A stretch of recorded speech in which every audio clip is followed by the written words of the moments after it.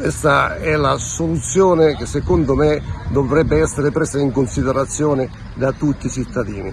Bisogna sorpassare, abbandonare il vecchio sistema elevando le condizioni economiche della nostra comunità, investendo nei vari settori, che può essere quello commerciale, quello agricolo e così via discorrente, in maniera tale da superare quelle condizioni di precarietà che portano a concepire un sistema che ovviamente e oggettivamente ha portato solamente a delle situazioni fallimentari. Quindi sulle macerie bisogna costruire una nuova Raffadali, quindi una nuova Raffadali che rinasce all'insegna della comunità. L'interesse preminente dovrebbe essere e dovrà essere quello dell'interesse generale della nostra comunità. Non mi stancherò mai di ripetere comunità. Forse noi siamo singoli cittadini, ma ancora non abbiamo acquisito la vera essenza di comunità. Io invito tutti i cittadini a darmi un sostegno per superare questa fase.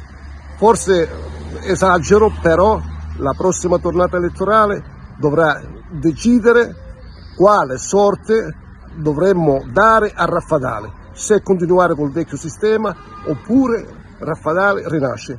Ecco, questo è il simbolo e quindi invito tutti a sostenere questa nuova idea di Raffadali.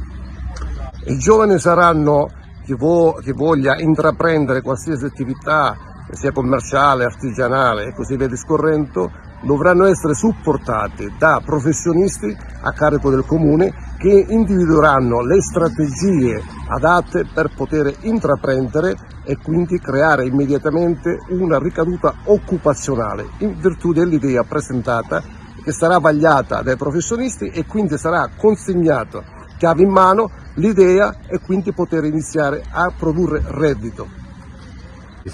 E votare Millicenta perché è la novità assoluta, perché io non vedo altre soluzioni che possano competere con l'idea nuova di Raffadali.